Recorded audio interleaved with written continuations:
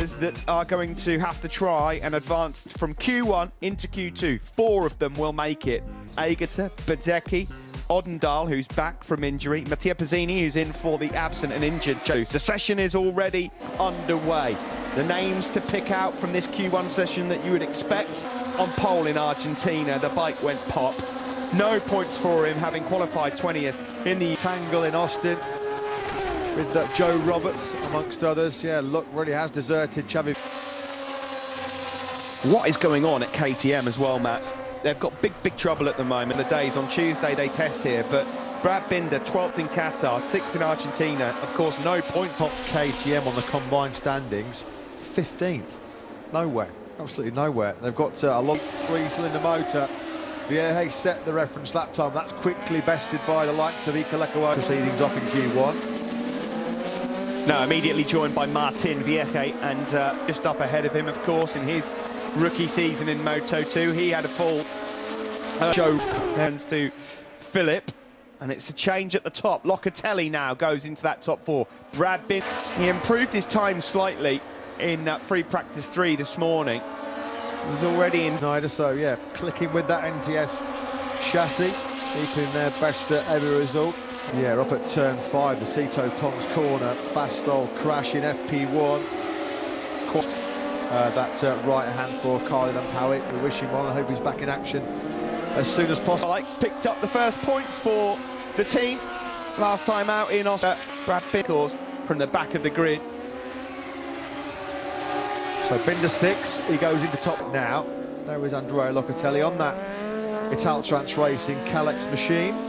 He's Bastianini, who, to be fair, Bastianini has really caught the eye so far in Moto2 this year. Not sure if Locatelli's lap here will stand. He looked like he was very close to track limits a moment ago. Iker Lecuona's on a decent lap here. This is Lecuona 3rd, Vierge now 4th. And of course, we should mention in Austin, the Samar Qatar Anglo Nieto team have drafted in the wily old fox for TM to tap into his knowledge. Of course, so fast, so experienced on the Calex that now leads, courtesy of a 1:41.638. Yeah, you could be forgiven for thinking that Jake Dixon would be though. Yeah, and he was on the floor yesterday, Pizzini, in FP2 at the second corner, trying to seize top spot back from Locatelli. He's well on course to do that. Lecuona does so. 140. One of the leading lights for KTM at the moment in Moto2. Well, he never goes into hiding as well, does he, Steve? That's what I like about him. He can deal with adverse situations pretty well. Lecuona or Locatelli outside the top 2 spots.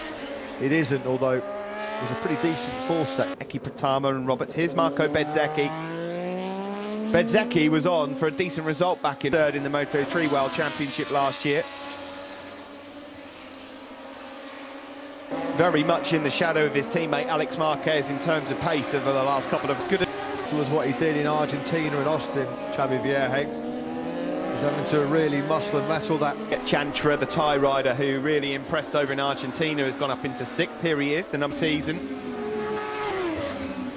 Tommy Aegerter on another decent lap here in Austin. First point for MV Augusta, believe it or not, since 3 level, and Ago actually is knocking around this weekend, as he often does at the Spanish Grand Prix, so something to detector to improve on the time he's already posted. Yeah, he's got a couple of tenths on Stefano Manzi, but he's not going to want to relax, that's for sure. If you finish 5th in this session, you start 19th on the grid. In this session with 2 minutes to go, I wonder if he's sweating. He's down there with Simon. So the thing is that this is very difficult. We are 4th by 1/10, so this it shows you. Bothering him in the last races?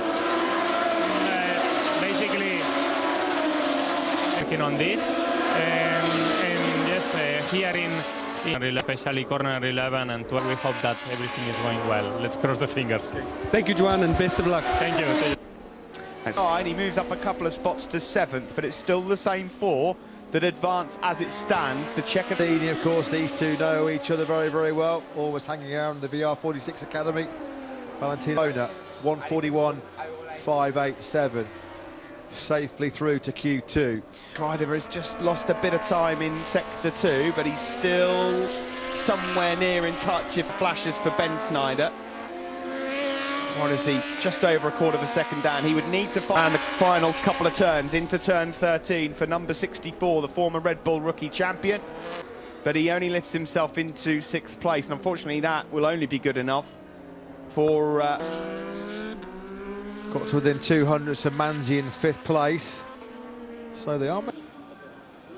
Lecuona, though, goes through with Locatelli, Binder and Vierge. What can they do against the likes of Remy Gardner, who was fantastic in FP3? Jorge Navarro, revitalised and resurgent Navarro on the speed-up chassis, a brilliant first moto2. Struggles continue there for his teammate, Jorge Martin. Xavi Vierge, it's good enough to send him through into Q2, where he'll now... Lecuona, Locatelli, Binder and Vierge have all come through Q1, then we'll see them short. Jake Dixon in 10th ahead of Marco Bezzecchi, Stephen Odendahl, Joe Roberts, Lucas Tulovic 7th, and that was the best lap time from Lecuona. That's not actually too far away from Gardner's all-time last time out in Austin, his first Moto2 podium. Big crash though to start the weekend off with here. A few technical gremlins costing crucial track time in FP1. It seemed to unsettle him a little bit. Crash. Yeah, he's got to find a bit of strength and composure here, Lorenzo Baldassarri. One of the key reasons why he's not bit the rhythm again here with another DNF this weekend. So, steady as you are, if he's Pecco Bagnaia could touch Lorenzo Baldassarri here 12 months ago. No, it was a bit of a mauling, wasn't it? He crossed the line, foot a little bit so far this weekend. 10th he was at the end of proceedings this morning. Tina, a good month and a bit ago, and must have been very difficult. So, well, this session's about to get started. Guys, I just had a chat with the Dunlop guys. I've been keeping in touch with them all weekend about what people are choosing tyre wear because they didn't know. So they brought one step harder rear, softer option, which is the number 2, and on the rear, and they will be now, which is great. Strange, you'd think the faster, bigger capacity, you'd have a harder front. His arms about down in the garage there, as Alex Marquez looks to post the first time. 2 races as well, so he's finding his way to the point scoring place on a regular basis. 42.07 over in the winter, Matt. Started the season off steady. He's picked up points in every race, which I would imagine was probably the yeah, I think this is the first time all year we've seen a fully fit Luca Marini. All those 3 rivals have gone first and second, although Augusto Fernandez, top right by the Spanish rider on his return. A bunch of riders that are putting the South Africans' lap time under serious pressure right now, including Marquez, who morning. Alex McCorner then for Alex Marquez, whose last pole position was in Malaysia this weekend, in fact, yeah, ever.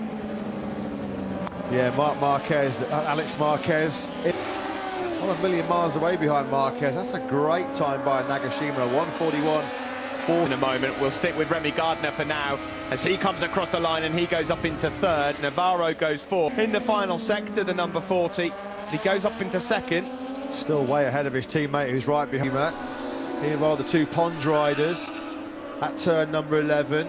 It's Baldassarri who's coming in yet again. Baldassarri, Navarro, Fernandez again, Remy Gardner, the speed-up chassis.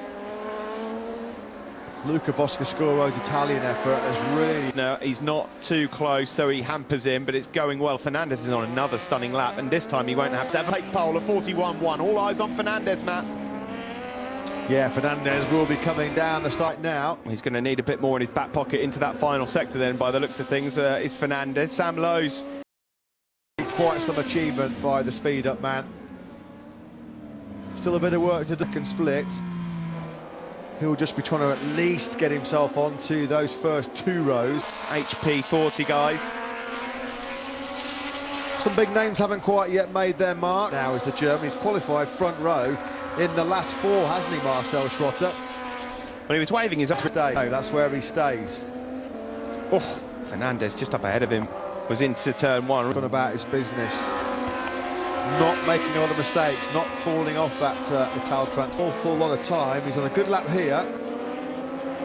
1:42.393 is his best so far. Down to you, Simon. Yeah, I just went and asked his team manager, the Dynavolt team, and he said that on the... Matt, Tom Luthi, he's on a better lap right now. Great. His first win in 24 since Mazzano in 2017. Of course, for an all-Spanish front row at the Spanish Grand Prix. Unless Marcel Schwarzer disposes there of Enea Bastianini. Luca Marini might move up a step. A quick glance at the sector times in our commentary box here. Turn 2 for Luca Marini. Through this real fast turn, number 4 now, you head up to the top end of 5. That'll be for one of the 2 real hard braking zones around this Jerez. If he can hang on to the coattails of Marini here, well, where could this pitch Le Corona down? Been on pole position here in Jerez before, his only pole in Moto3.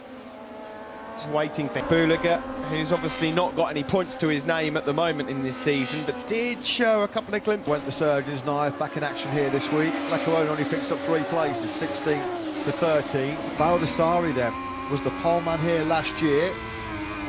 Good lap going for the Italian. Flag is out, and they will take it. It'll be a close run thing, actually, as to whether they get one more lap in. Will they get one more lap in? This will be so close. The checker flag is going out. I think they might just... Sorry. Here comes Maruqez. Checkered flag for him. There'll be no home pole position. Checkered flag's been taken elsewhere. Tom Luthi, no, nothing for him. Sam Lowe's has had a... Yeah, when was their last pole speeder? Was it Quattararo? Yeah, it would have been, wouldn't Quattararo in His teammate on the speed up. He's on the speed up. He's getting a speed up. There we are, thinking it's it's done and dusted. Who's taking his first ever pole position in Moto2. His first. For the riders he's chosen in recent history, but they really have sorted that speed up out. It's not out on pole position behind Navarro by 900ths of a second. And that is definitely Marcel Schwarzer. I mean, obviously there are some problems that he's encountered, as Simon told us, but a little bit of a shake of the head, but he's right in the mix for another podium tomorrow. Front rows in the last 4, but well, I mean, you really got anywhere near it today, was he? You looked from 10th down. Roll from Madrid. That's a brilliant job from a rider who's caught the eye in this bad day at the office. And it will be a Spain 1, 2, 3 at the front for the Spanish Grand Prix as well. I'm in Moto2 this time around. Good job as well by Nicolo Bulega. He deserves an enormous amount of credit. Comes a couple of years, he had to move up. He just couldn't physically cope with Moto3 anymore. On the grid. If you'd have offered him that yesterday when he was in the gravel trap for the 2nd time, he might well have taken it. And that's all for him. As the speed up team celebrate a 100th victory in the Moto2 World Championship tomorrow. Sam Lowe's, I think, would have expected better. From injury, still in pain, and you're on the front row. Yeah, I mean, amazing. I didn't making just 2 laps, then relaxing 1, then pushing another 2, and yeah, taking care about because I missed the last 2. So yeah, I'm really happy. Congratulations. Thank you. And Alex Marquez on the front row in his home Grand Prix. Here's for Simon. Alex, front row for tomorrow. Yes, was not so bad here. I said, okay, I need to try also for the future, for another. So yeah, ready for tomorrow, and I hope that tomorrow we'll have a really good race. Good luck, Alex. Thank you, bye-bye. Trying to end a long barren run for Spain in the Moto2 World Championship. Their last victory was taken by Alex Marquez. Strong every session. Why are you so fast here? Well, I think it's a consequence, no? We are up to these tires, was the first race, and suddenly we make the right decision, prove this, and at the end I became with the pole position. Congratulations. Thank you. Yeah, Navarro celebrates his first ever pole position as a Moto2 rider, an all-Spanish front row joining him. And Tetsuta Nagashima, brilliant ride for him in 9th place. A high-quality row 4 there with Brad Binder, Sam Corona. Bastianini starts from 18th place. He goes in search of a 4th successive top 10. Jorge Martin, a tough weekend on home soil for him. He was 22nd. Filippo loose behind the German on the grid for tomorrow's Spanish Grand Prix. Give action and excitement here for the Spanish Grand Prix when you join us tomorrow. We'll see you then.